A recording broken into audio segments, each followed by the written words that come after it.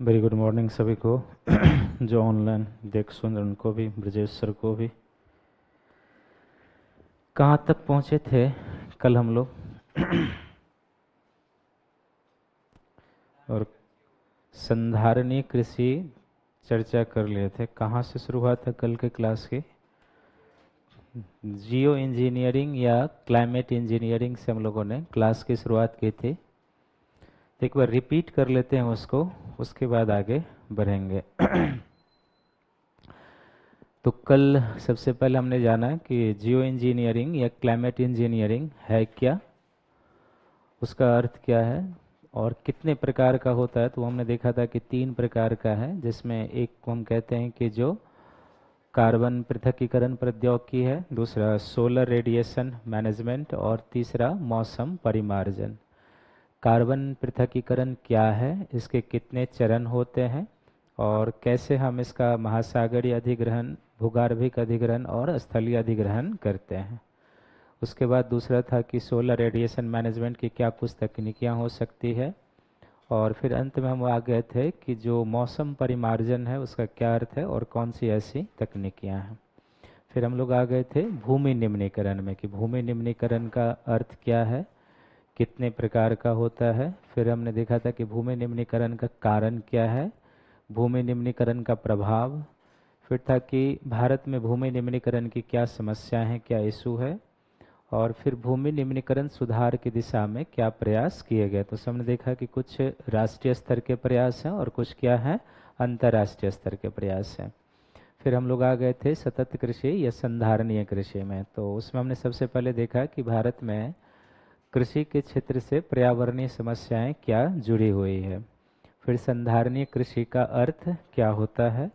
फिर विभिन्न प्रकार के संधारणीय कृषि के बारे में हमने जाना और भारत में संधारणीय कृषि के क्षेत्र में क्या कार्य किए जा रहे हैं। आज सबसे पहले हम लोग चलेंगे अपशिष्ट प्रबंधन पर। तो थोड़ी बहुत क्लास इसमें साइंस एंड टेक में भी हुई होगी, पढ़े हैं ना, थोड़ा बहुत हुआ स्पेस। हाँ, तो बाकी हम लोग चर्चा करेंगे। तो पहले अपशिष्ट प्रबंधन पर, और अगर समय बचेगा तो फिर जल संसाधन वाले टॉपिक पर चलेंगे। तो आप एक हेडिंग बनाइए नीचे में, अपशिष्ट प्रबंधन।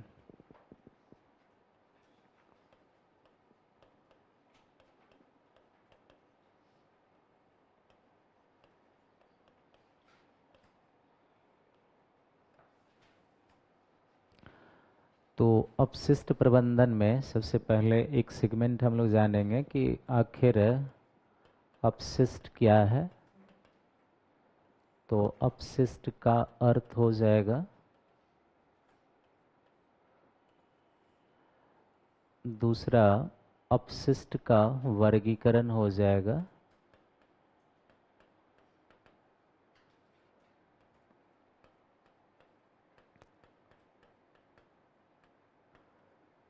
तीसरा सेगमेंट इसमें हो जाएगा अपशिष्ट से समस्या,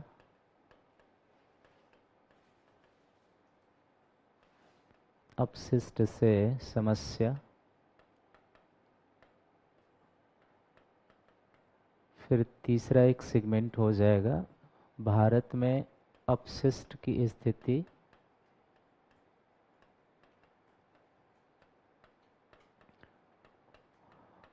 अपशिष्ट की स्थिति एवं प्रबंधन में प्रबंधन की चुनौती।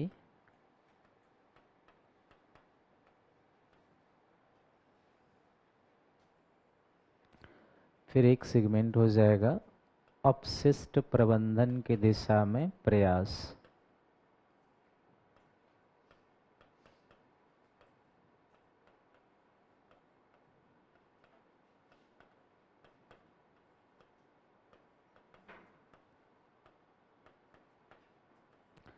तो अपशिष्ट प्रबंधन में जो प्रयास है वो 2 तरीके से देखेंगे। एक राष्ट्रीय स्तर पर, यानी हमारे यहाँ क्या प्रयास हुआ है, कुछ अंतर्राष्ट्रीय प्रयासों का भी उल्लेख होगा इसमें।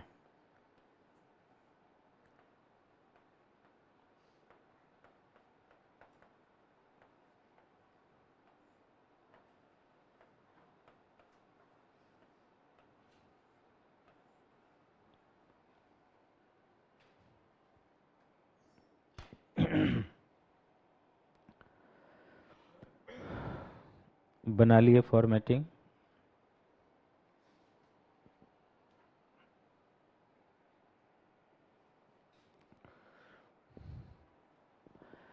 उत्पन्न करते हैं आप लोग अपशिष्ट कि नहीं करते हैं? करते हैं बहुत ज़्यादा कि कम?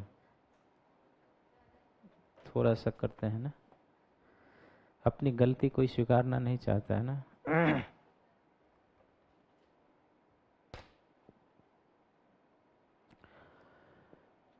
तो धीरे धीरे हम लोग आगे बढ़ते हैं। तो सबसे पहले अपशिष्ट क्या है और अपशिष्ट का वर्गीकरण हम लोग करेंगे। तो आप अपशिष्ट किसको कहते हैं? सिंपल से इसका क्या अर्थ होता है कि ऐसा कोई भी पदार्थ जिसे आप यूज़ कर लिए हैं और अब आप उसे प्रयोग में नहीं ला सकते हैं, या आप उसे बेकार समझकर क्या करते हैं? फेंक देते हैं या फेंकना चाहते हैं। हम उसी पदार्थ को क्या कहते हैं? अपशिष्ट कहते हैं। जैसे मान लीजिए आप पेन यूज़ करते हैं और जब इसका रिफिल समाप्त हो जाता है तो फिर क्या होता है कि आप उसे बेकार समझकर कि अब आपके लिए वो यूज़फुल नहीं रह गया है, तो आप उसे बेकार समझकर क्या करते हैं? फेंक देते हैं। तो ऐसे ही पदार्थ क्या होते हैं? अपशिष्ट कहलाते हैं। और अपशिष्ट में जो पर्यावरण और मानव स्वास्थ्य को नुकसान पहुंचाने वाला पदार्थ होगा उसी को हम क्या कहेंगे? संदूषक कहते हैं या पॉल्यूटेंट के नाम से जाना जाता है। दरअसल अगर आप बड़े पैमाने पर देखेंगे तो प्रकृति में कोई भी वस्तु अपशिष्ट नहीं होता है ना। ऐसा इसलिए कि हम जिस वस्तु को बेकार समझकर फेंक देते हैं, संभव है कि वही वस्तु किसी दूसरे के लिए उपयोगी हो जाता है ना। जैसे कि मान लीजिए हम लोग पानी का बॉटल यूज़ करते हैं, उसे फेंक देते हैं और एक कचरा बीनने वाला क्या करता है? उसे सेलेक्ट करके या बिन चुन लेता है और फिर वो कहीं जाकर उसको क्या करता होगा? बेचता होगा। जो खरीदार होगा उस पानी के बॉटल का, वो भी उससे कुछ यूज़ करता होगा। तो नॉर्मली तो प्रकृति में कोई भी वस्तु अपशिष्ट होता नहीं, क्योंकि हमारे लिए जो अपशिष्ट है, बेकार पदार्थ है, वो किसी दूसरे के लिए क्या हो सकता है? उपयोगी साबित हो सकता है। तीसरी बात क्या है कि प्रकृति में भी अपशिष्ट को पुनर्चक्रित करने की क्षमता होती है, क्योंकि हम जो अपशिष्ट उत्पन्न करते हैं उसका बहुत सारा हिस्सा प्रकृति अपने जैविक प्रक्रियाओं के माध्यम से क्या करती है? समाप्त कर देती है। लेकिन अपशिष्ट तब खतरनाक हो जाता है जब हम प्रकृति की जो जैविक प्रक्रिया से उसे समाप्त करने की क्षमता है, अगर हम उससे ज़्यादा अपशिष्ट उत्पन्न करना शुरू कर दें। तो जैसे एक छोटा सा उदाहरण देखिए प्रकृति की क्या क्षमता। जैसे एक पेपर है, अब पेपर को आप 10 दिन बाहर में खुले में छोड़ दीजिए तो धीरे धीरे वो क्या होता है? समाप्त होना शुरू हो जाता है। प्रकृति की प्रक्रियाओं, कुछ सूक्ष्मजीवी, कुछ ऐसे जीवाणु होते हैं जो धीरे धीरे उसको क्या करते जाते हैं? समाप्त कर जाते हैं। तो प्राकृतिक प्रक्रियाओं से भी अपशिष्ट क्या होते हैं? समाप्त होते हैं।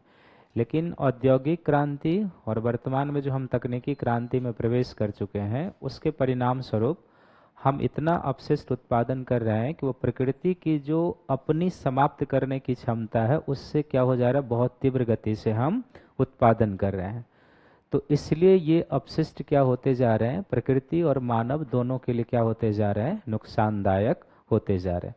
आप ये कदापि मत समझिए कि जो अपशिष्ट या बेकार पदार्थ हम फेंकते हैं वो केवल प्रकृति के लिए नुकसानदायक होता है। वो प्रकृति को नुकसान पहुंचाता ही है प्रत्यक्ष रूप से, और प्रत्यक्ष और अप्रत्यक्ष रूप से हमारे आपके स्वास्थ्य के लिए भी वो हानिकारक होता है और कई प्रकार की सेवाओं में वो बाधा उत्पन्न भी करता है। तो इसलिए जब भी कोई अपशिष्ट हम फेंकते हैं तो ये मान के चलें कि इस अपशिष्ट का कुछ न कुछ प्रभाव हमारे ऊपर भी आएगा।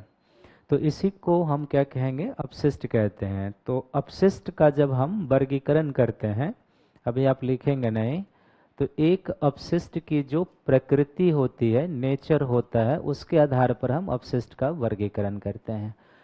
प्रकृति के आधार पर हम अपशिष्ट को दो कैटेगरी में रखते हैं, एक जैव निम्नीकृत होगा और दूसरा जैव अनिम्नीकृत अपशिष्ट होते हैं।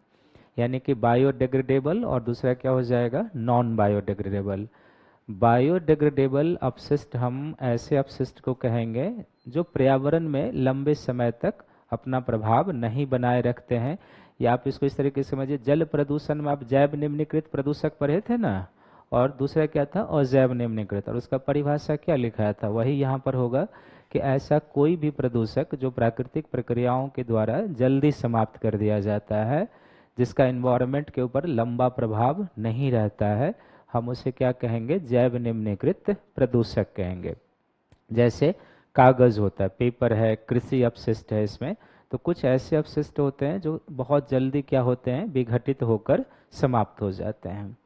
और जैव और निम्नीकृत प्रदूषक का अर्थ हो गया जो प्राकृतिक प्रक्रियाओं के माध्यम से बहुत जल्दी समाप्त नहीं होगा और वो पर्यावरण में लंबे समय तक अपना प्रभाव बनाए रखता है, ऐसे प्रदूषक को हम क्या कहेंगे, जैव और निम्नीकृत प्रदूषक। जैसे प्लास्टिक होता है, आप इसको एक बार वातावरण में छोड़ दीजिए तो 100-200 वर्षों तक इसका लाइफ साइकिल वैसे ही बना रहेगा, वो कभी समाप्त होने वाला नहीं होता है। कुछ कृषि प्रदूषक होते हैं, जैसे हम डीडीटी यूज करते हैं, तो डीडीटी भी एक लंबा समय तक चलने वाला प्रदूषक होता है। तो ऐसे प्रदूषकों को हम क्या कहते हैं, जैव और निम्नीकृत प्रदूषक कहते हैं। दूसरा होता है जो अपशिष्ट की खतरे की स्थिति होती है, तो उसके आधार पर हम अपशिष्ट को दो प्रकार में वर्गीकृत करते हैं। एक होता है खतरनाक अपशिष्ट, यानी प्रभाव जो उत्पन्न वो कर सकता है, और दूसरा को हम क्या कहेंगे, गैर खतरनाक अपशिष्ट कहते हैं, यानी प्रभावों के आधार पर। तो प्रभावों के आधार पर इसमें एक हो गया हैजार्डियस अपशिष्ट कहेंगे, खतरनाक को क्या कहेंगे, हैजार्डियस अपशिष्ट, और गैर खतरनाक को क्या हम कहेंगे, नॉन हैजार्डियस अपशिष्ट होता है।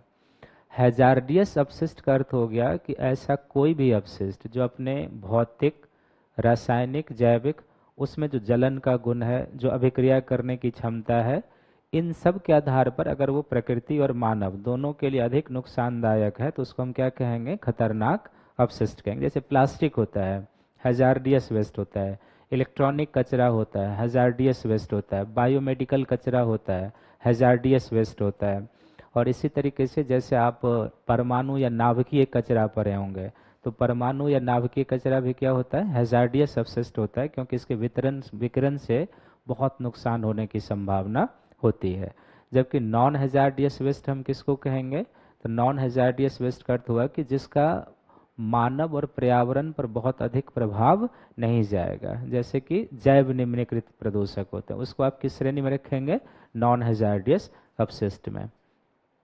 तो दूसरा प्रभावों के आधार पर हो गया। तीसरा होता है स्रोत के आधार पर, है ना, कि अपशिष्ट उत्पन्न करने का जो क्षेत्र होता है उसके आधार पर कहाँ से। तो अपशिष्ट का एक स्रोत क्या होता है, घरेलू अपशिष्ट होता है। प्रत्येक दिन आप घरों में झाड़ू लगाते हैं तो कुछ ना कुछ अपशिष्ट निकलता है ना, जैसे हमारे आपके रूम में क्या होगा अपशिष्ट के रूप में, कुछ पेपर होगा, कुछ पेन होगा, कुछ इस तरीके की चीज़ें होंगी, यही होता है। तो एक क्या हो जाएगा, घरेलू अपशिष्ट होगा। अब कुछ लोग हंस रहे हैं, वो क्यों हंस रहे हैं मैं समझ सकता हूँ कि नहीं, बाल नहीं, जो लोग हंस रहे हैं वो अभी ठंड का मौसम है तो वातावरण गर्म करने के लिए पदार्थ यूज करते होंगे, तो वो भी बाद में अपशिष्ट नहीं हो जाता ना, उसका बोतल, कैन, वो जो रैपर होता है जो आप ये सब यूज करते हैं ना, तो हंसी का अर्थ समझ में आ जाता है कि घरेलू अपशिष्ट में और क्या हो सकता है। तो दूसरा इसका क्या एक स्रोत हो सकता है जिसको हम कहेंगे कृषि अपशिष्ट कहेंगे। कृषि में वेस्ट उत्पन्न होता है कि नहीं होता है, तो कृषि अपशिष्ट हो जाएगा। तीसरा इसका हो जाएगा जिसको आप कहेंगे औद्योगिक अपशिष्ट। चौथा एक हो जाएगा जिसको आप कहेंगे नगरपालिका अपशिष्ट कहेंगे। तो स्रोत क्षेत्र जो होगा उसके आधार पर इसी चार प्रकार का, या तो घरेलू होगा, या कृषि होगा, या औद्योगिक होगा, और या फिर क्या होगा, नगरपालिका अपशिष्ट हो जाएगा। और चौथा, अगर आप इसको एक जनरल पैटर्न, सामान्य आधार पर वर्गीकरण कर लेंगे तो फिर अपशिष्ट जो हो जाएंगे कई प्रकार के हो जाएंगे। ये चार तो हो ही जाएगा, इसके अलावा एक अपशिष्ट हो जाएगा पांचवा, जिसको आप कहेंगे आपदाओं के समय उत्पन्न अपशिष्ट। आपदाओं से अपशिष्ट उत्पन्न होते हैं कि नहीं होते हैं, जैसे कहीं भूकंप हो जाता है तो भूकंप में बिल्डिंगें गिरती है और मलबा बनता है कि नहीं बनता, तो वो भी एक प्रकार का अपशिष्ट है। तो आपदाओं से अपशिष्ट उत्पन्न होते हैं। छठा, युद्ध से भी अपशिष्ट उत्पन्न होते हैं कि नहीं है। अभी जैसे घमासान मचा हुआ, मान लो कि अब सीरिया सब पर अमेरिका और ब्रिटेन ने भी क्या किया है, मिसाइल दागना शुरू कर दिया है। या तुर्की जो यूक्रेन और रूस के बीच है वो लंबा विवाद चल रहा है। अभी जो है हमास और इजराइल के बीच चला है, कितने बिल्डिंगें गिरी है, कितने लोग मरे हैं इसमें। तो उतने जो बिल्डिंगें धराशायी हुई है वो किससे उत्पन्न हुआ है? युद्ध तनाव से ही उत्पन्न हुआ है। तो युद्धों के समय भी अपशिष्ट उत्पन्न होते हैं। सातवां जो अपशिष्ट हो जाएगा वो क्या हो जाएगा? तो एक हो जाएगा जिसको आप कहेंगे सांस्कृतिक समारोहों के अवसर पर उत्पन्न अपशिष्ट। होते हैं कि नहीं? अभी जैसे शहरों में या कहीं पर शादी विवाह का फंक्शन होता था, आप देखते हैं खाना बड़ा सब लोग खा के चले, उसके बाद कितना कूड़ा बनता है। तो सांस्कृतिक समारोहों पर भी क्या होते हैं? अवशिष्ट बनते हैं। इसके अलावा अपशिष्ट का जो कैटेगरी हो जाएगा तो उसमें आप एक लेंगे, फिर प्लास्टिक अपशिष्ट हो जाएगा, एक क्या हो जाएगा? नाभिकीय अपशिष्ट हो जाएगा, एक क्या हो जाएगा? इलेक्ट्रॉनिक अपशिष्ट हो जाएगा, और एक क्या हो जाएगा? बायोमेडिकल कचरा हो जाएगा, या बायोमेडिकल कचरा। और 13वां एक अपशिष्ट जो होता है जिसको आप कहेंगे विनिर्माण या निर्माण और ध्वंस से जो उत्पन्न अपशिष्ट होता है, वो एक खासकर शहरों में, जैसे नोएडा में ट्विन टावर गिराया गया था कुछ दिन, याद है ना? आप समझो उतना बड़ा बिल्डिंग गिरा, कितना मलबा बना होगा उसका। तो निर्माण और विध्वंस से भी अपशिष्ट की क्या होती है? उत्पत्ति होती है। तो कुछ तो हमें सामान्य रखना है किस तरीके के अपशिष्ट होते हैं, और फिर हमें कुछ प्रकृति के आधार पर, प्रभावों के आधार पर, और दूसरा क्या है? स्रोत के आधार पर। तो थोड़ा सा पहले लिखिए हेडिंग बना के, अपशिष्ट क्या है, एक हेडिंग बनाइए नीचे में। पॉइंट 4 में ही लिखेंगे। लिखिए, ऐसा कोई भी वस्तु ऑब्लिक पदार्थ, ऐसा कोई भी वस्तु ऑब्लिक पदार्थ जो उपयोग कर लिए गए हैं,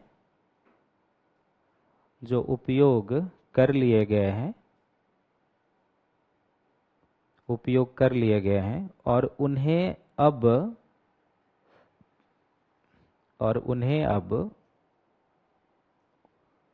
उपयोग में नहीं लाया जा सकता, उपयोग में नहीं लाया जा सकता, नहीं लाया जा सकता, और बेकार समझकर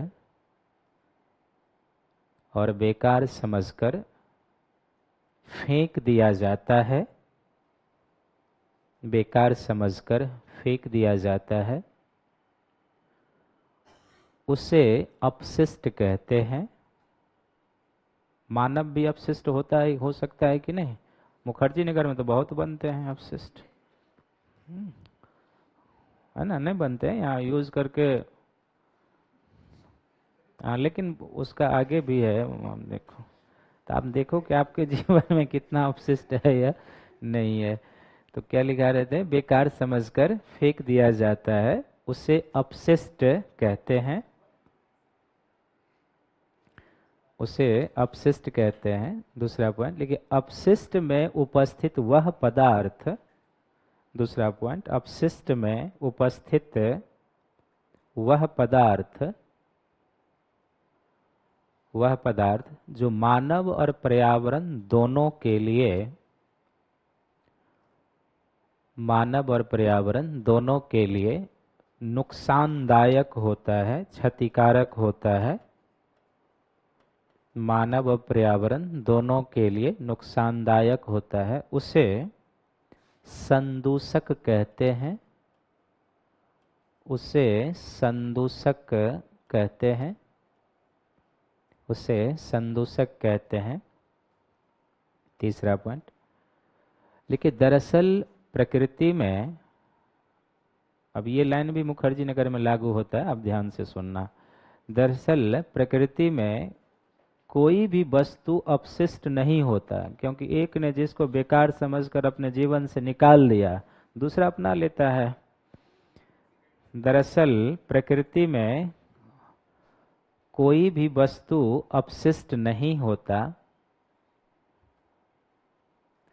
अपशिष्ट नहीं होता, क्योंकि जो वस्तु ऑब्लिक पदार्थ, क्योंकि जो वस्तु ऑब्लिक पदार्थ किसी एक व्यक्ति के लिए,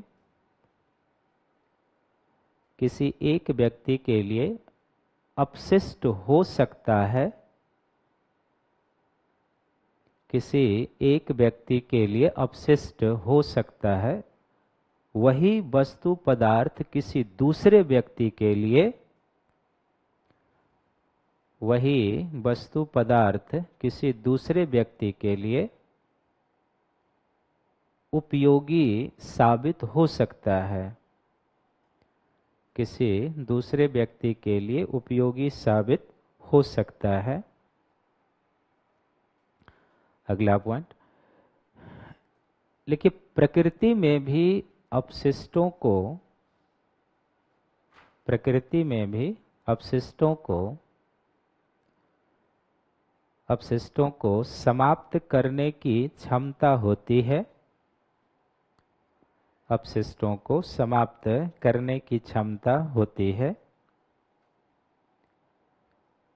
समाप्त करने की क्षमता होती है। परंतु औद्योगिक क्रांति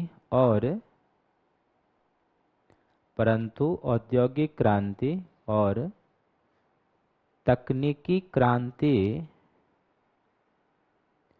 परंतु औद्योगिक क्रांति और तकनीकी क्रांति के बाद मनुष्य इतनी तेजी से अपशिष्ट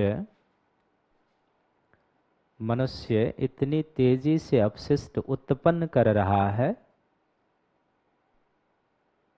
मनुष्य इतनी तेजी से अपशिष्ट उत्पन्न कर रहा है कि वह प्रकृति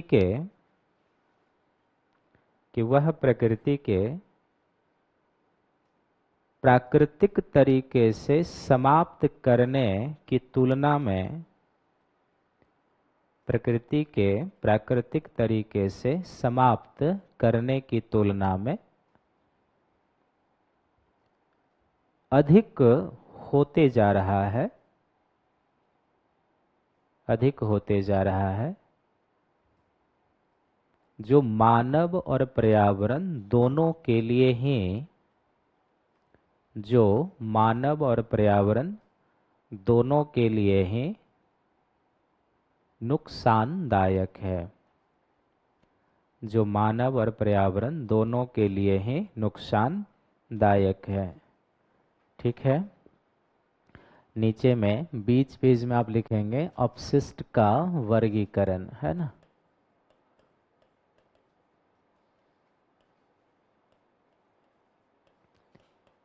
अपशिष्ट का वर्गीकरण, तो इसमें एक हो जाएगा जिसको हम कहेंगे अपशिष्ट की जो प्रकृति होती है उसके आधार पर, प्रकृति के आधार पर,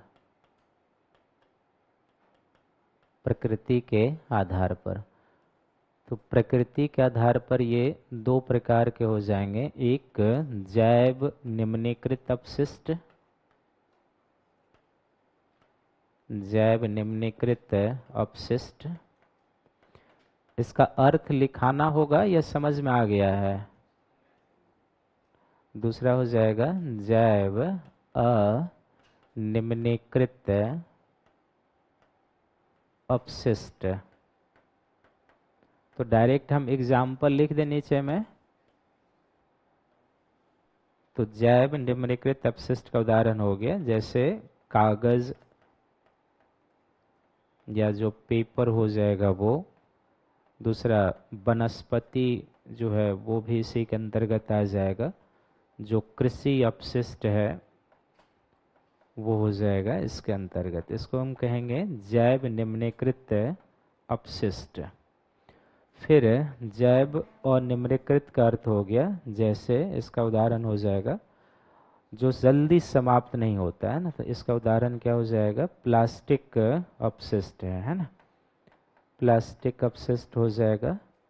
इसी तरीके से ई अपशिष्ट हो जाएगा। ई अपशिष्ट का क्या अर्थ हो गया, इलेक्ट्रॉनिक कचरा है ना, ई अपशिष्ट है।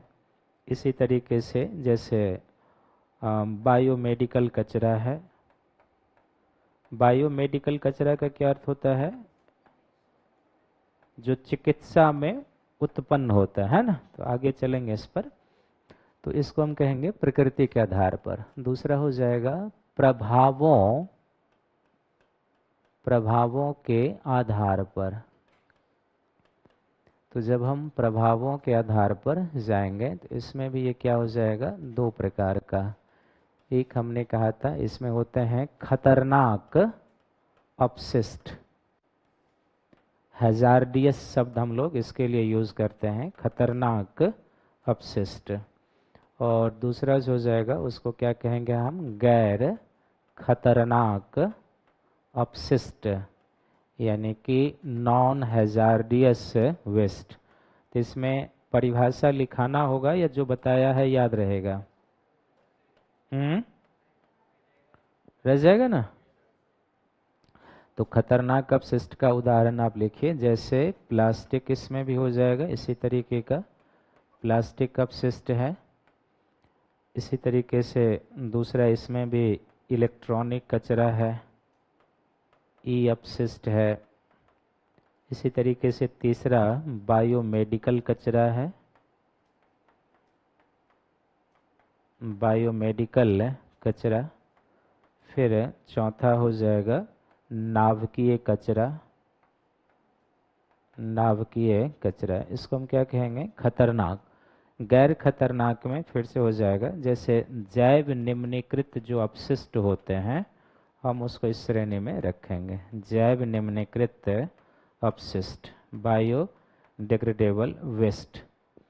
तीसरा जो हमने लिया था स्रोत के आधार पर, स्रोत के आधार पर, यानी कि अपशिष्ट के उत्पन्न होने का जो क्षेत्र होता है उसके आधार पर। तो स्रोत के आधार पर एक हमने क्या लिखा था, घरेलू वेस्ट, घरेलू अपशिष्ट हो जाएगा। फिर दूसरा क्या हो जाएगा, कृषि अपशिष्ट हो जाएगा, कृषि अपशिष्ट। तीसरा औद्योगिक अपशिष्ट, औद्योगिक अपशिष्ट। चौथा नगरपालिका, नगरपालिका अपशिष्ट। तो ये क्या हो जाएंगे, स्रोत जहाँ से अपशिष्ट उत्पन्न होते हैं। तीसरा ये हो गया। तो एक क्या है, प्रकृति के आधार पर, जिसमें हमने दो भाग में बांट लिया, एक बायोडिग्रेडेबल। लेकिन जब एग्जाम में आपको लिखना हो या वर्गीकरण करना हो तो दो लाइन में उसका डिफिनीशन लिख के फिर हम इस फ्लो चार्ट को ही बनाएंगे, ठीक है ना, ये ध्यान में रखेंगे। और चौथा जो अपशिष्टों का हमने कहा था कि अगर हम सामान्य वर्गीकरण कर लें तो सामान्य वर्गीकरण, तो सामान्य वर्गीकरण या रूप अगर हम अपशिष्टों का देखेंगे तो इसमें एक क्या हो जाएगा, जैसे घरेलू अपशिष्ट तो हो ही जाएगा, घरेलू अपशिष्ट। दूसरा कृषि अपशिष्ट, कृषि अपशिष्ट। फिर तीसरा औद्योगिक वेस्ट, औद्योगिक अपशिष्ट। फिर प्लास्टिक अपशिष्ट हो जाएगा, प्लास्टिक अपशिष्ट। फिर एक ई अपशिष्ट हो जाएगा। फिर एक बायोमेडिकल कचरा, बायोमेडिकल कचरा। पांचवा बैटरी का अपशिष्ट होता है ना, बैटरी अपशिष्ट, इसको हम लोग पढ़ेंगे भी अभी, तो बैटरी अपशिष्ट हो जाएगा। सातवां हो जाएगा निर्माण एवं विध्वंस, निर्माण एवं विध्वंस से। आठवां हो जाएगा सांस्कृतिक समारोहों के अवसर पर,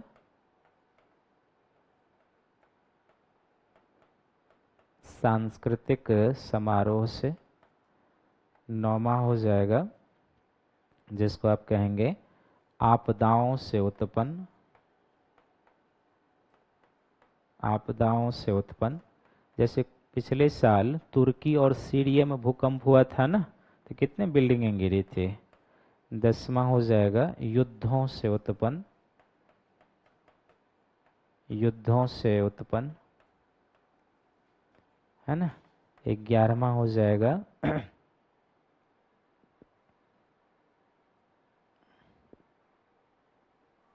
और अंतरिक्ष कचरा आप पढ़ते हैं ना, ये तो पढ़े होंगे, अंतरिक्ष कचरा। तो इस तरीके से एक सामान्य वर्गीकरण भी हमें ध्यान में रखना है।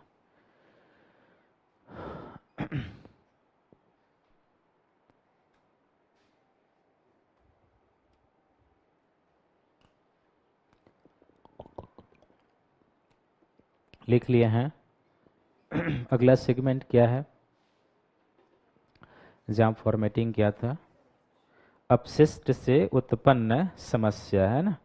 लिखेंगे अपशिष्ट की, साथ में निर्माण और विध्वंस।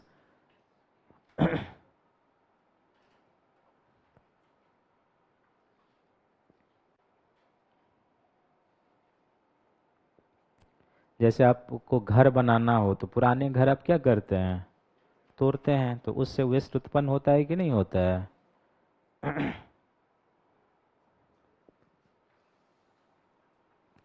बढ़े आगे, तो नीचे में हेडिंग लिखिए अपशिष्ट से समस्या, या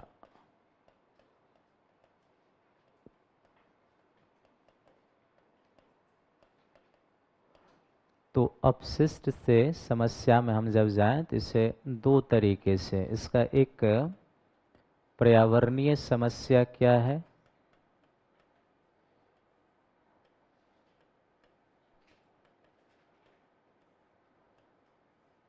और दूसरा मानवीय या मानव के संदर्भ में। तो जब हम वेस्ट उत्पन्न करते हैं, इससे पर्यावरण की क्या समस्या उत्पन्न होती है। एक, सबसे पहले जब आप वेस्ट उत्पन्न करते हैं तो यह वायु प्रदूषण का कारण बनता है कि नहीं बनता है, वायु प्रदूषण का। दूसरा, यह भूमिगत और सतही जल प्रदूषण का, भूमिगत एवं सतही जल प्रदूषण का कारण बनता है, प्रदूषण का कारण बनता है ना। तीसरा, यह मृदा विषाक्तन, मृदा विषाक्तन एवं बंजर भूमि का, बंजर भूमि विकास को प्रोत्साहन देता है, बंजर भूमि विकास को बढ़ावा। चौथा, इसका प्रभाव क्या होगा कि जैव सांद्रण, जैव सांद्रण एवं जैव आवर्धन को इससे बढ़ावा मिलता है, जैव सांद्रण और जैव आवर्धन। क्योंकि अपशिष्ट में कुछ पदार्थ ऐसे होते हैं जिसको पशु पक्षी क्या समझते हैं, आहार समझकर खा जाते हैं। जैसे अब छोटा सा थोड़ा सा उदाहरण, यदि हम किसी अपशिष्ट को अभी डाटा लेंगे, भारत में अपशिष्ट प्रबंधन में चुनौती क्या है, तो उस पर ये बहुत सारा चीज़ क्लियर हो जाएगा।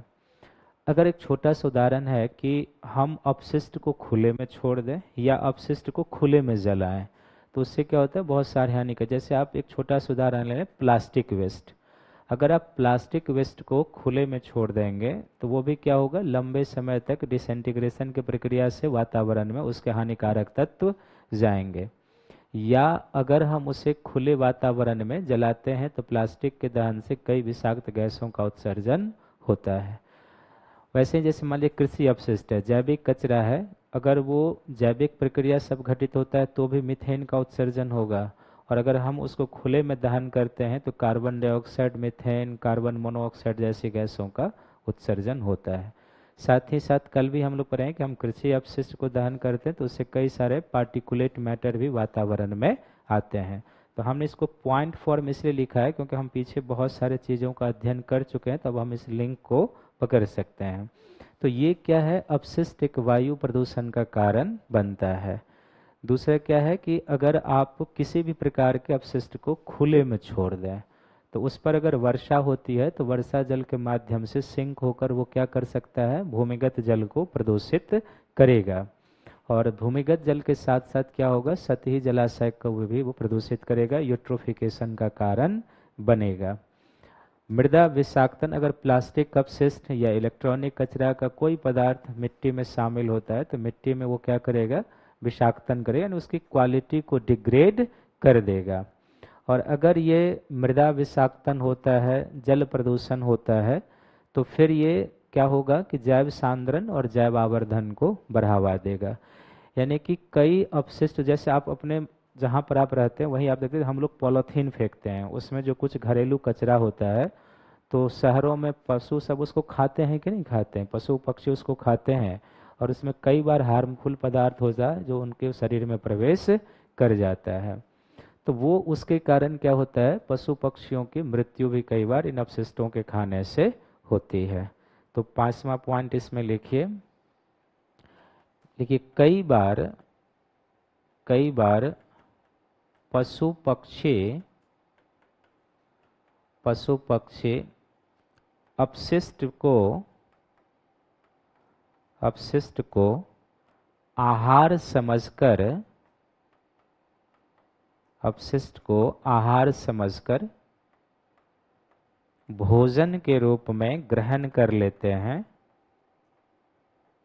भोजन के रूप में ग्रहण कर लेते हैं,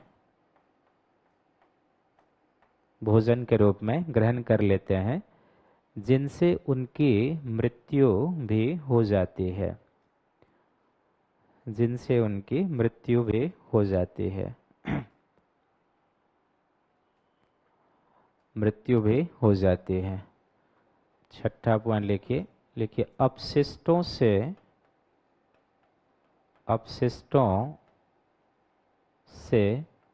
निकलने वाले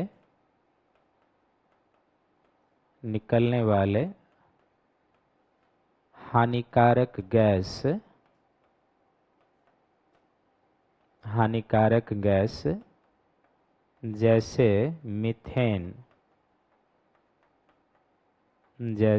मीथेन ग्रीन हाउस इफेक्ट उत्पन्न करता है। ये करता है कि नहीं, ग्रीन हाउस इफेक्ट उत्पन्न करता है।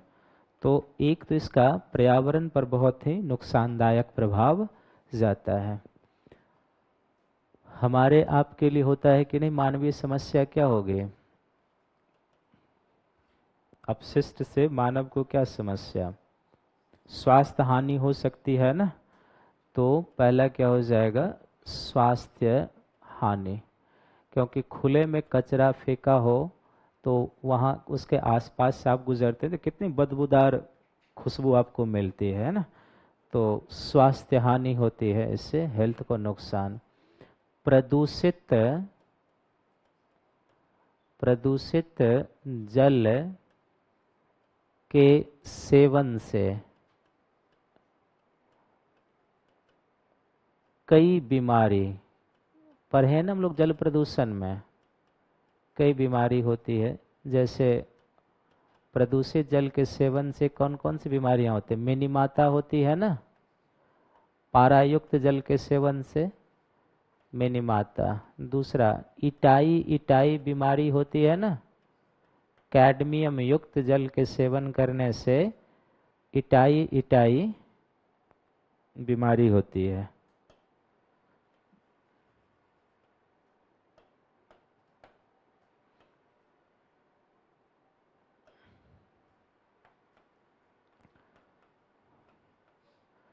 तीसरा, इससे और कौन सी बीमारी होती है, हैजा, कॉलरा, डायरिया, ये सब तो आम चीज़ें हैं जब आप पीते हैं। ब्लैक फुट बीमारी होती है ना, पैर इसमें धनुष की तरह टेढ़ा हो जाता है, ब्लैक फुट बीमारी। तीसरा, अगर कचरा खुले में छोड़ दें तो ये पर्यटन को नुकसान करता है कि नहीं, पर्यटन को क्षति पहुंचाता है, पर्यटन की क्षति या नुकसान, है ना। तो ये मानव के लिए भी हानिकारक होता है। ठीक है। नीचे में एक हेडिंग लिखेंगे, भारत में अपशिष्ट की स्थिति, भारत में अपशिष्ट की स्थिति। थोड़ा सा कुछ डाटा होगा तब पता चलेगा कि हाँ क्या स्थिति है और उसमें क्या चुनौती है। भारत में अपशिष्ट की स्थिति लिखिए, एक हेडिंग पॉइंट वाइज लिखिए। टेरी की एक रिपोर्ट के अनुसार, टेरी का फुल फॉर्म क्या होता है, the energy and resource institute हम इसे कहते हैं, the energy and resource institute, TERI. लेकिन टेरी की एक रिपोर्ट के अनुसार, एक रिपोर्ट के अनुसार भारत में प्रतिवर्ष लगभग, भारत में प्रतिवर्ष लगभग 62 मिलियन टन, प्रतिवर्ष लगभग 62 मिलियन टन अपशिष्ट उत्पन्न होता है, 62 मिलियन टन अपशिष्ट उत्पन्न होता है, जिसका केवल या जिसमें केवल 43 मिलियन टन, जिसमें केवल 43 मिलियन टन एकत्रित होता है, 43 मिलियन टन एकत्रित होता है, एकत्रित होता है। और उसमें 12 मिलियन टन, उसमें 12 मिलियन टन कचरे का निपटान, 12 मिलियन टन कचरे का निपटान वैज्ञानिक रूप से होता है, वैज्ञानिक रूप से होता है। शेष को यार्ड में या खुले में, शेष को यार्ड में या अपशिष्ट डंपिंग साइट में, शेष को यार्ड में फेंक दिया जाता है या डंप कर दिया जाता है। तो एक बार आप बोर्ड पर आइए, है ना। अब इस चीज को समझिए क्या है इसमें। टेरी की एक रिपोर्ट है, ये कहता है कि भारत में लगभग प्रतिवर्ष कितना अपशिष्ट उत्पन्न होता है, 62 मिलियन टन।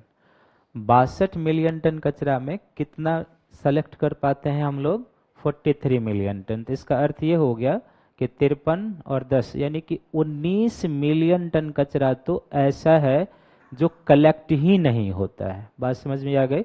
इसका अर्थ है कि ये जैसे तैसे पर्यावरण में वैसे ही खुले में रहता है, क्योंकि आंकड़े का अर्थ जो ऐसे ही निकलेंगे कि हम 43 मिलियन टन कलेक्ट करते हैं, तो इसका अर्थ है कि 19 मिलियन टन वैसे ही पर्यावरण में छूट गया, जिसका लंबे समय तक प्रभाव जाएगा। लेकिन फिर एक रिपोर्ट का में ये भी है कि जो हम 43 मिलियन टन इकट्ठा करते हैं उसमें से 12 मिलियन टन कचरा ही ऐसा है जिसको बाहर फेंकने से पहले उसको उपचारित किया जाता है या सही तरीके से उसको मैनेज कर लिया जाता है। तो बाकी जो 31 मिलियन टन कचरा होता है उसको हम नॉर्मली क्या करते हैं, डंपिंग साइट में फेंक देते हैं। जैसे इस बार आप अगर थोड़ा सा याद हो कि दिल्ली नगर निगम का चुनाव जो है ना कचरे पर निकल गया था, आधा चुनाव इसी पर निकल गया था कि दिल्ली में जो लैंडफिल साइटें हैं, बीजेपी आरोप लगा रही थी आप पर और आप आरोप लगा रहे थे बीजेपी पर कि आप कहते कि भाई एमसीडी में वो बैठे हुए हैं तो इसमें हमारा क्या काम है। और अब मुझे लगता है कि 6-8 महीने से एमसीडी में ये भी हैं तब भी कुछ हो नहीं रहा। तो ये आरोप प्रत्यारोप की राजनीति भारतीय राजनीति की विशेषता है।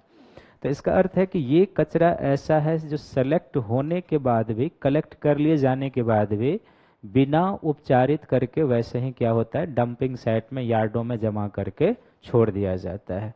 तो यही कचरा आगे चलकर क्या होता है, ये जल प्रदूषण का कारण बनेगा, मृदा प्रदूषण का कारण बनेगा, क्योंकि जैसे जैसे ये टाइम बीतेगा इसका जो वेस्ट पदार्थ होगा वो रिस्क करके क्या करेगा, पर्यावरण को नुकसान पहुंचाएगा। तो टेरी की एक रिपोर्ट कहती है इस तरीके से। दूसरा पॉइंट लिखिए, लिखिए हर एक कचरा से कुछ कुछ उदाहरण लेते हैं तो थोड़ा सा रिपोर्ट आ जाएगा बढ़िया तरीके से। फिर अगला पॉइंट लिखिए, लिखिए इलेक्ट्रॉनिक कचरा के उत्पादन में, इलेक्ट्रॉनिक कचरा के उत्पादन में, इलेक्ट्रॉनिक कचरा के उत्पादन में चीन और अमेरिका के बाद, इलेक्ट्रॉनिक कचरा के उत्पादन में चीन और अमेरिका के बाद भारत का तीसरा स्थान है। चीन और अमेरिका के बाद भारत का तीसरा स्थान है, भारत का तीसरा स्थान है। तो इसका अर्थ है कि जो ई कचरा है वो भी हम काफ़ी उत्पादन, इलेक्ट्रॉनिक कचरा का क्या अर्थ होता है, यानी कि ऐसा इलेक्ट्रॉनिक उपकरण जो आप यूज़ कर लिए हैं और अब यूज़ हो नहीं सकता और बेकार समझकर हम उसको फेंक देते हैं, तो उसी को हम क्या कहेंगे, ई वेस्ट कहते हैं। जैसे आपके मोबाइल होते हैं, आपने एक बार यूज़ कर लिया, वो यूज़ हो नहीं सकता है, तो मोबाइल है, लैपटॉप है, आईपैड है, टैब है, टेलीविज़न है, इस तरीके के जो भी, जैसे पंखा है, कैमरा है, जो भी इस तरीके का उपकरण है, तो वो अब खराब हो गया और दोबारा आप उसे यूज़ में नहीं लाना चाहते और आप उसे बेकार समझकर क्या करते हैं, फेंक देते हैं। तो उसी को हम क्या कहते हैं, इलेक्ट्रो। कई बार आप देखते हैं कि छोटे छोटे जो रिपेयर करने वाले लोग होते हैं उसके पास देखें टीवी ये सब का ढेर पड़ा होता है बाहर में, दैट इज इलेक्ट्रॉनिक कचरा। तो ये इलेक्ट्रॉनिक कचरा के उत्पादन में भी हम क्या हैं, तीसरे स्थान पर हैं। फिर अगला पॉइंट लिखेंगे,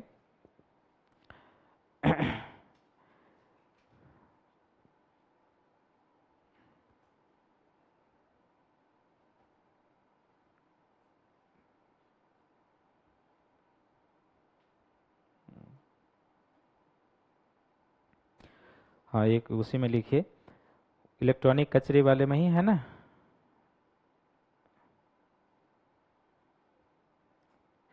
देखिए केंद्रीय प्रदूषण नियंत्रण बोर्ड के, इलेक्ट्रॉनिक कचरा में ही रहेंगे, केंद्रीय प्रदूषण नियंत्रण बोर्ड के आंकड़ों के अनुसार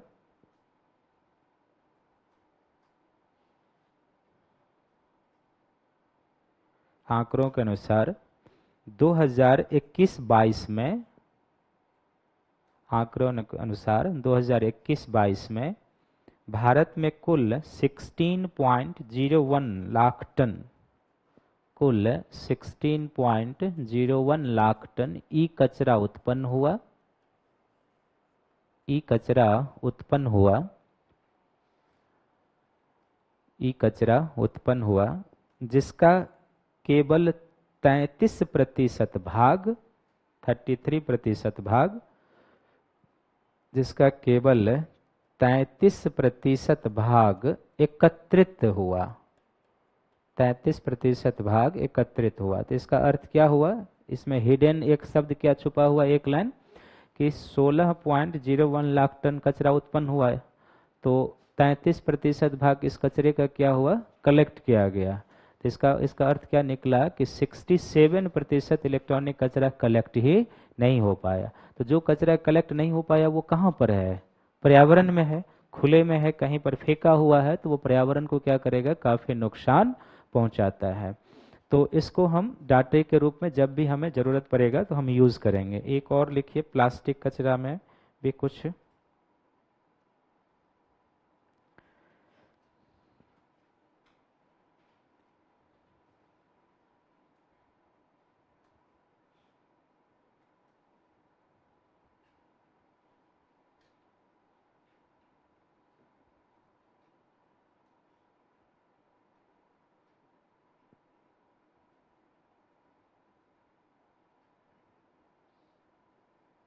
कितना भारत प्लास्टिक कचरा उत्पन्न करता है।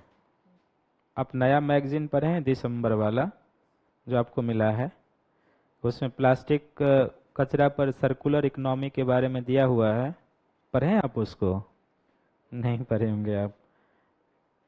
तो आपको जो कंटेंट मिलता है आप उसको पढ़ा कीजिए, है ना, खैर हम आपको बताएंगे, हमने अपने पीडीएफ में उसको शामिल कर लिया है। तो वहाँ से हम एक डाटा कवर करना चाहते हैं जो 26,000 जो है ना सो कचरा उत्पन्न होता है भारत में।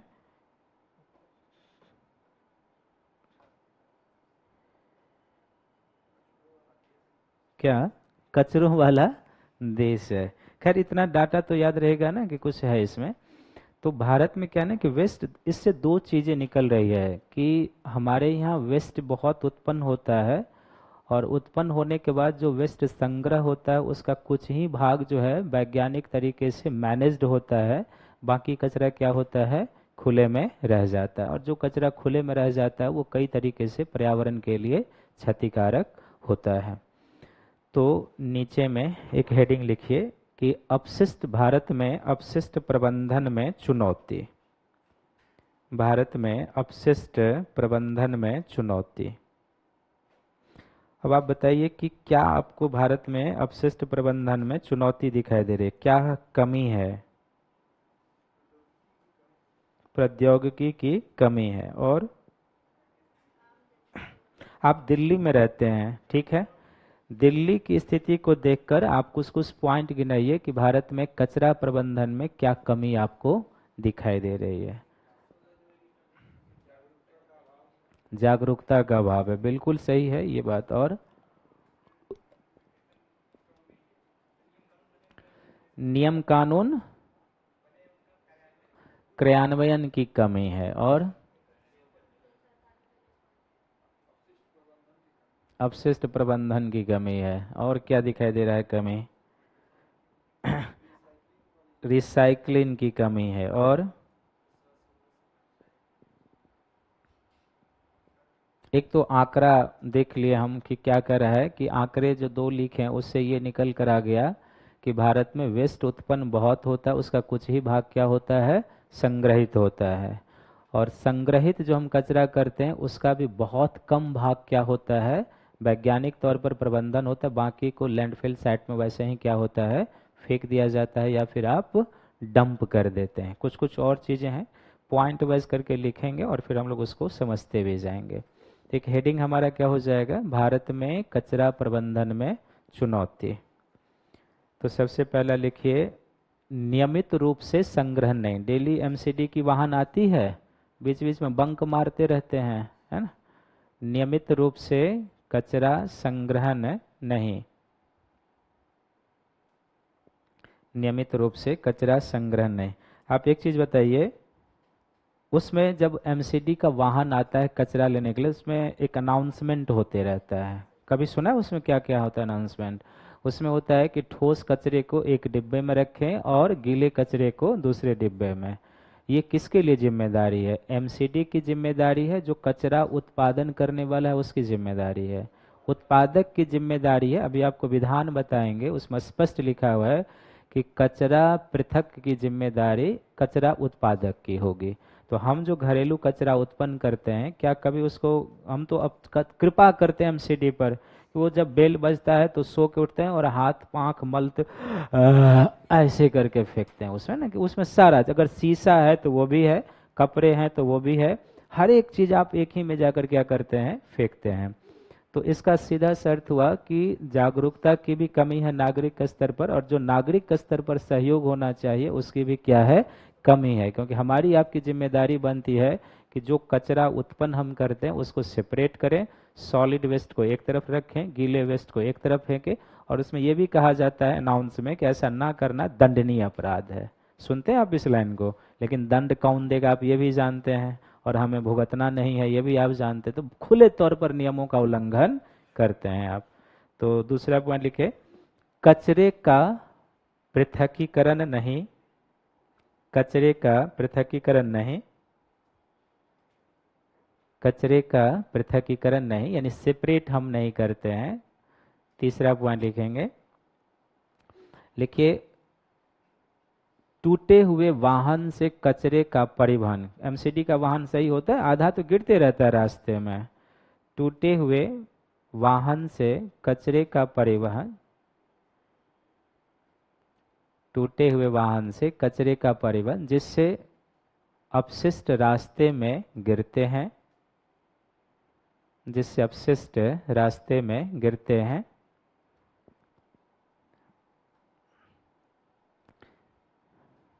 रास्ते में गिरते हैं। फिर अगला पॉइंट, लेकिन अधिकांश अपशिष्टों को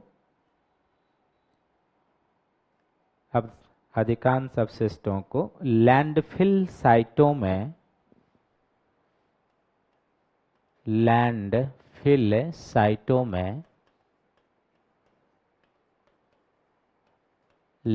साइटों में खुले में डंप कर दिया जाता है। खुले में डंप कर दिया जाता है, जो सड़ने गलने के बाद दुर्गंध उत्पन्न करता है कि नहीं? आप उधर से गुजर जाइए तो 100 मीटर की दूरी से ही पता चल जाएगा। जो सड़ने गलने के बाद दुर्गंध उत्पन्न करता है और बीमारियों का कारण भी बनता है, फिर अगला, लेकिन खुले में छोड़े गए कचरे खुले में छोड़े कचरे जलाशयों में यूट्रोफिकेशन का कारण बनते हैं। जलाशयों में यूट्रोफिकेशन का कारण बनते हैं। यूट्रोफिकेशन का कारण बनते हैं। फिर अगला लिखिए, लेकिन लैंडफिल साइटों पर खुले में कचरे का दहन किया जाता है। लैंडफिल साइटों पर खुले में कचरे का दहन किया जाता है। खुले में कचरे का दहन किया जाता है, जिससे carbon dioxide, carbon monoxide,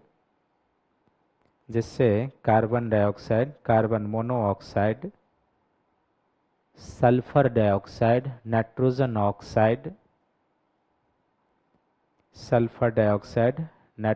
oxide और मीथेन जैसी हानिकारक गैसें निकलती है। मीथेन जैसी हानिकारक गैसें निकलती है, जो ग्रीन हाउस प्रभाव उत्पन्न करते हैं। जो ग्रीन हाउस प्रभाव उत्पन्न करते हैं। जो ग्रीन हाउस प्रभाव उत्पन्न करते हैं। फिर अगला पॉइंट, देखिए, एकत्रित किए हुए कुल कचरे का एकत्रित किए हुए कुल कचरे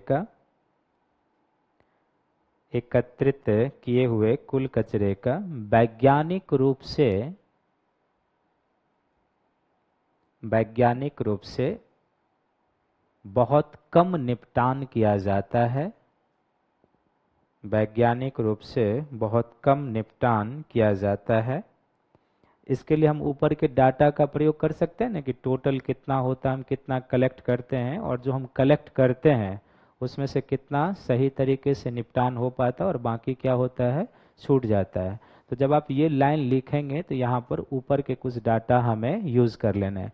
इलेक्ट्रॉनिक कचरा में भी हमने देखा कि 16.1 हम उत्पन्न करते हैं, लेकिन उसका कलेक्ट कितना होता है, बहुत कम।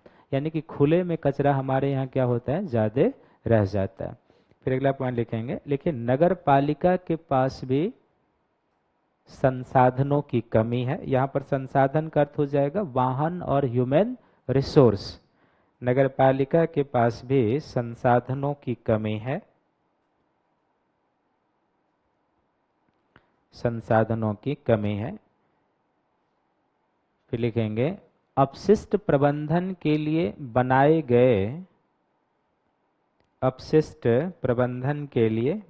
गए विधानों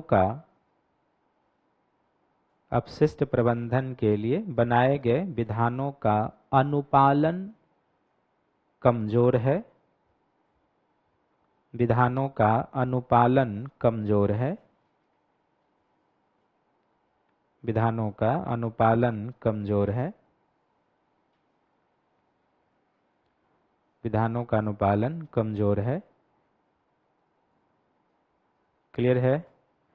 तो कुछ पॉइंट तो हम लिख सकते हैं ना, अगर पूछा जाता है कि भारत में कचरा की स्थिति बताइए और उसके प्रबंधन में क्या चुनौती है, तो हमें इन पॉइंटों के सहारे उसके बारे में चर्चा करनी है। ठीक है?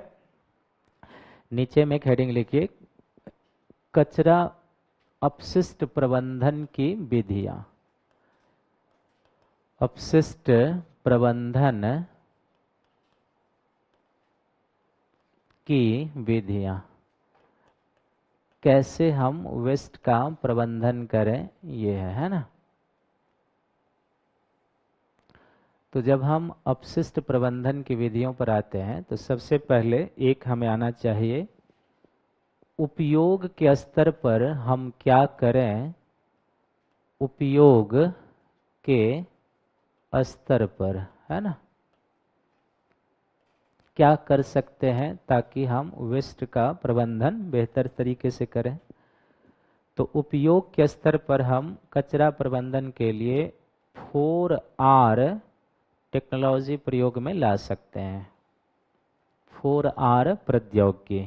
तो जब हम 4R प्रौद्योगिकी का चर्चा करेंगे तो इसका अर्थ क्या हो जाएगा, यानी कि हम आप जो वस्तु यूज करते हैं उसमें क्या ऐसी चीजें की जाए जिससे कचरे उत्पन्न कम हो, और अगर उत्पन्न हो तो वो क्या हो, प्रयोग में लाए जाए। क्या ऐसा हो सकता है, बताइए आप, क्या किया जा सकता है।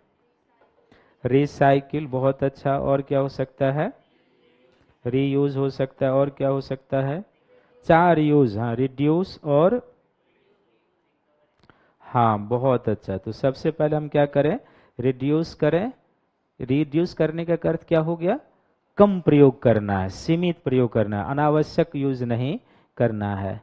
तो एक हो गया इसका कि कम प्रयोग करें, है ना। तो कम प्रयोग करें। कम प्रयोग करने का अर्थ क्या हो गया कि हमें अननेसेसरी चीज़ों का यूज नहीं करना है, जो आवश्यक है वही। तो कम प्रयोग करें यानी रिड्यूस करें। दूसरा हम क्या कर सकते हैं, उपयोग किए हुए वस्तु का पुनः प्रयोग। तो अगर हम रीयूज कर लेंगे तो इसका फर्क क्या पड़ेगा, आप ये समझिए, जैसे आप लोग तो वो यूज नहीं करते होंगे, जैसे पेन हम लोग यूज करते हैं ना, तो पेन जो हम लोग यूज करते हैं तो नॉर्मली अब क्या आ गया है, लिखो और फेंको की संस्कृति आ गई है कि आप यूज कीजिए और फेंक दीजिए। लेकिन हम लोगों के समय, अभी भी तो होता ही होगा, हम लोग क्या करते थे, उसका रिफिल यूज करते थे। जैसे जेटर पेन है तो जेटर पेन खरीद लेते थे और उसका फिर बाद में हम क्या करते थे, रिफिल लेते थे।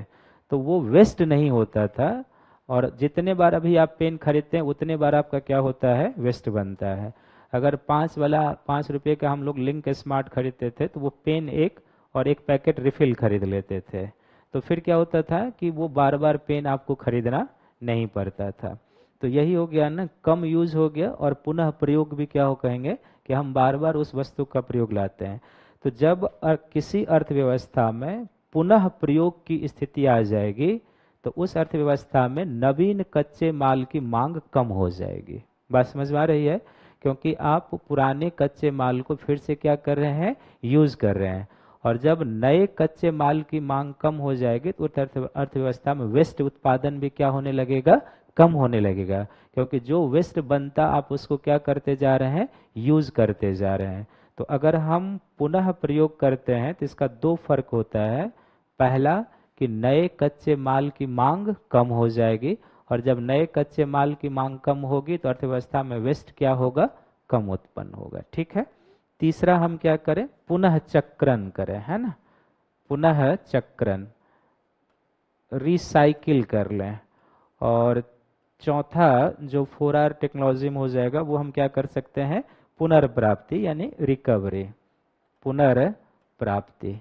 तो एक हमें क्या करना है, यूज के स्तर पर अगर हम इन विधियों को प्रयोग में लाते हैं तो इससे क्या होगा, वेस्ट का उत्पादन ही क्या हो जाएगा, कम हो जाएगा। तो एक ये हो गया। दूसरा जो इसका हो जाएगा वो क्या हो जाएगा, संग्रहण, संग्रहण एवं पृथकीकरण के स्तर पर, सेपरेट करने पर, पृथकीकरण।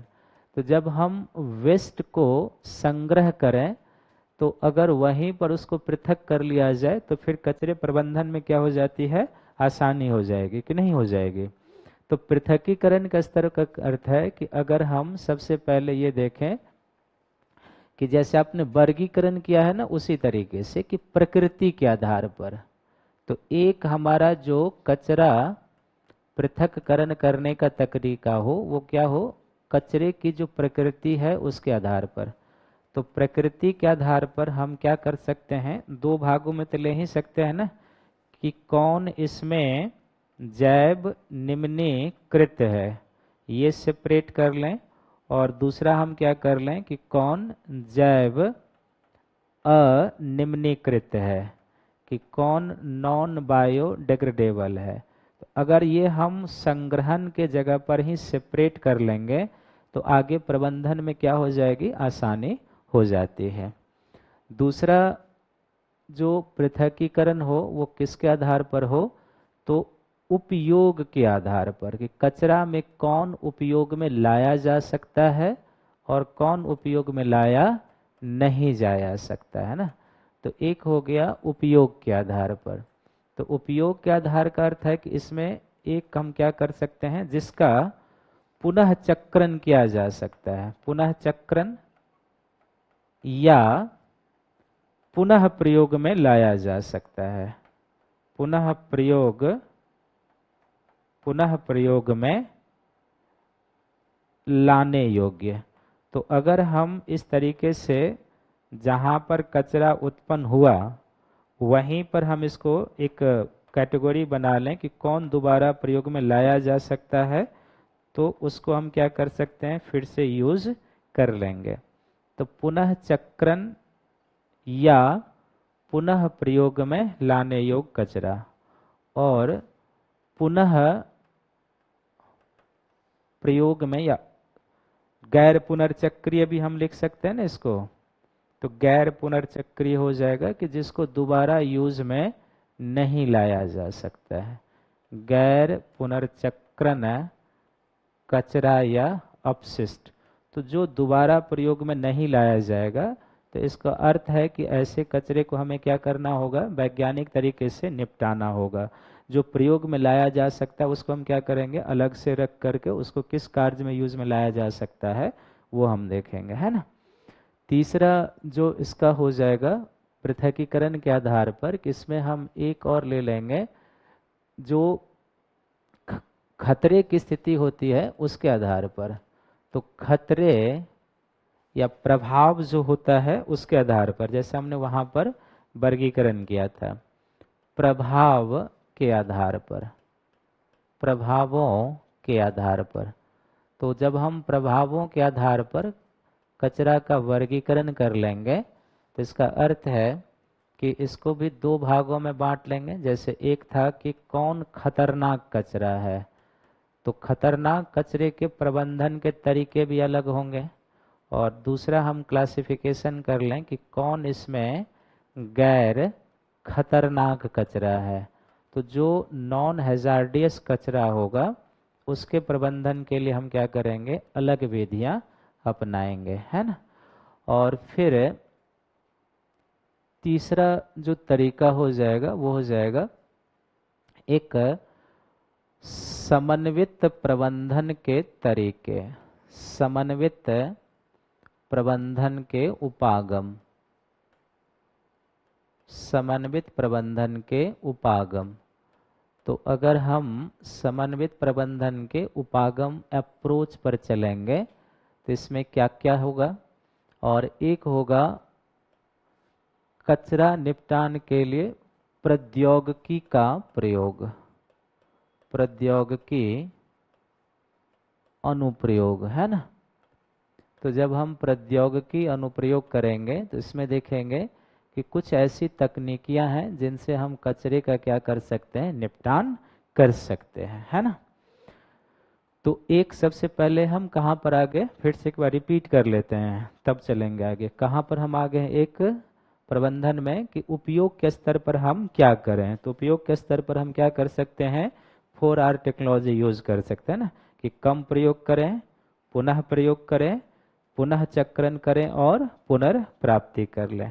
यानी रिड्यूस, रीयूज, रिसाइकिल, रिकवरी। और संग्रहण और पृथकीकरण, यानी जहाँ से हम कचरा को कलेक्ट करते हैं वहीं पर अगर सेपरेट कर लिया जाए तो फिर आगे के स्टेज में क्या हो जाएगा, हमारे लिए मददगार हो जाएगा। तो प्रकृति के आधार पर अगर वहाँ हो जाए कि कौन जैव निम्नीकृत है और कौन जैव अनिम्नीकृत है। दूसरा, उपयोग के आधार पर कि कौन दोबारा प्रयोग में लाया जा सकता है और कौन पुनः प्रयोग में नहीं लाया जा सकता है। प्रभाव के आधार पर कौन खतरनाक है। जैसे एक छोटा सा उदाहरण देते हैं कि मान लीजिए यूरेनियम अपशिष्ट है या नाभिकीय अपशिष्ट है, ये खतरनाक है ना, इसके निपटाने के तरीके भी क्या होंगे, बहुत ही सुरक्षित तरीके से होगा। लेकिन अगर कोई सामान्य वेस्ट है तो उसको हम नॉन हजार्डियस मानेंगे, तो उसके प्रबंधन के तरीके भी क्या होंगे, अलग होंगे, है ना। फिर है प्रभावों के आधार। एक है समन्वित उपागम, इसमें हम कुछ कुछ पॉइंट लिखेंगे और सामने में हम वही अर्थ समझते जाएंगे, लिखते जाएंगे। एक सबसे जरूरी है कचरा प्रबंधन के लिए किस चीज का होना, जागरूकता का होना। ये जागरूकता होना किसके लिए जरूरी है, नागरिक के स्तर पर, है ना। नागरिकों का भी जागरूक होना क्या है, जरूरी है। वो जाने कि भाई कचरे का पर्यावरण और हेल्थ पर क्या नुकसानदायक प्रभाव पड़ता है। और साथ ही साथ अधिनियम जो है भारत में, अभी आप देखेंगे जो वेस्ट मैनेज का है, उसमें नागरिकों की जिम्मेदारी भी दी गई है कि भाई जो कचरा उत्पन्न करें, कचरा के पृथक्करण की उसकी भी जिम्मेदारी बनती है। तो जागरूकता के लिए किसके बीच होनी चाहिए, नागरिक के स्तर पर, है ना, नागरिक के स्तर पर। तो सबसे पहली बात तो ये जरूरी है, जागरूकता। दूसरा, क्षमता विकास, है ना, क्षमता विकास। तो क्षमता विकास किसके लिए जरूरी है, ये नागरिक के लिए होना जरूरी है कि जो कचरा प्रबंधन में शामिल सरकार की इकाइयां हैं उसके लिए, है ना। जो प्रबंधन के यानी कि नगर निगम जहाँ पर है, नगर निगम जहाँ नगर पालिकाएं हैं वहाँ। तो इसके लिए जरूरी है कि स्थानीय स्थानीय स्वशासनिक स्वशासनिक इकाई के पास क्या होना चाहिए, इनका कैपेसिटी बिल्डिंग होनी चाहिए। क्योंकि हम एक पॉइंट लिखे हैं ना कि हमारे यहाँ क्या है कि नगर निगम के पास, दिल्ली सब में भी ठीक भी, अन्य छोटे शहरों में आप चले जाएंगे, आधे ऐसे वाहन हैं जिससे नीचे से क्या होते रहता है, कचरा वेस्ट लीक करते रहता है। प्रशिक्षित कर्मियों की भी कमी है और साथ ही साथ क्या है कि उनके टोटल अगर आप रिसोर्सेज देखेंगे तो वो कहीं न कहीं ये राजनीतिक उठापटक, जो आरोप प्रत्यारोप की राजनीति होती है, वो भी इसके लिए जिम्मेदार है। तो जरूरी है कि स्थानीय स्वशासनिक इकाई का क्या हो, क्षमता विस्तार हो। तीसरा क्या हो, प्रशिक्षण देने की भी जरूरत है ना। किसको प्रशिक्षण देने की जरूरत है, तो जरूरत है कचरा संग्रहण में, कचरा संग्रहण में शामिल लोगों को, है ना, शामिल लोगों को। आपको अभी आगे चलकर एक डाटा आएगा, आप देखेंगे कि भारत में जो प्लास्टिक वेस्ट है, प्लास्टिक वेस्ट की सबसे बड़ी चुनौती ये है, या ऑल ओवर अगर आप भारत में कचरा प्रबंधन में देखेंगे तो भारत में कचरा प्रबंधन में औपचारिक क्षेत्र के तुलना में अनौपचारिक क्षेत्र की भूमिका सबसे ज्यादा है। बात समझ में आई। यानी सरकार के अधीन जितना कचरे का संग्रहण नहीं होता है, उससे ज्यादा कचरा किसके अधीन संग्रहण होता है, जो अन्य लोग कचरा संग्रहण करते हैं उसमें। तो अनौपचारिक क्षेत्र की भूमिका अधिक है। और जब अनौपचारिक क्षेत्र की भूमिका संग्रहण में अधिक हो, उत्पादन में अधिक हो, तो फिर उसका प्रबंधन करना क्या हो जाता है, बड़ा ही कठिन हो जाता है। तो यहाँ पर हम बोलेंगे कि जो प्रशिक्षण होना चाहिए किसके लिए, कचरा संग्रहण में जितने भी लोग शामिल हैं सबको प्रशिक्षण होना चाहिए कि कैसे आप कचरे को कलेक्ट करें और कैसे उसको आप क्या करें, सेपरेट करें। तीसरा हो गया। चौथा क्या करें, अनुपालन, है ना, अनुपालन के स्तर पर, है ना। तो अनुपालन का क्या अर्थ हो गया कि कचरा प्रबंधन कचरा प्रबंधन के लिए बनाए गए नियम ऑब्लिक कानूनों का अनुपालन सुनिश्चित हो। क्योंकि अभी आप देखेंगे कि भारत में हर एक कचरा के प्रबंधन के लिए विधान है ना, लेकिन फिर भी अगर कचरा सही तरीके से प्रबंधित नहीं हो पा रहा है तो इसका अर्थ है कि जो कानून है उसके अनुपालन का स्तर क्या है, कमजोर है। तो वो हमें बताना है। फिर पांचवा हम जाएं समन्वित प्रबंधन का स्तर पर, तो हम क्या बताएं, तो कचरा का जैसे एक होता है प्रबंधन करने के उपागम में, एक होता है नष्ट करना, है ना, नष्ट करने का अर्थ होता है कि जिस कचरा का उपयोग नहीं हो सकता उसे सुरक्षित तरीके से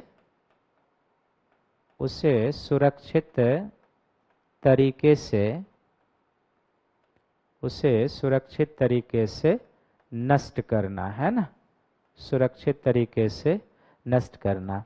तो जब हम सुरक्षित तरीके से नष्ट करने की बात करेंगे तो इसमें हम कुछ उदाहरण दे सकते हैं ना। जैसे क्या कर सकते हैं, एक तो होता है, कई बार आप सोशल साइट पर देखते होंगे कि वेस्ट को बहुत महीन चूर्ण बनाने के लिए मशीन का यूज किया जाता है ना। तो जिसका आप यूज नहीं कर सकते हैं उसको एक तो आप क्या कर दीजिए, जला देना, जला सकते हैं ना, जला देना। ये तकनीकियां हैं, आगे अभी हम लेंगे टेक्नोलॉजी में।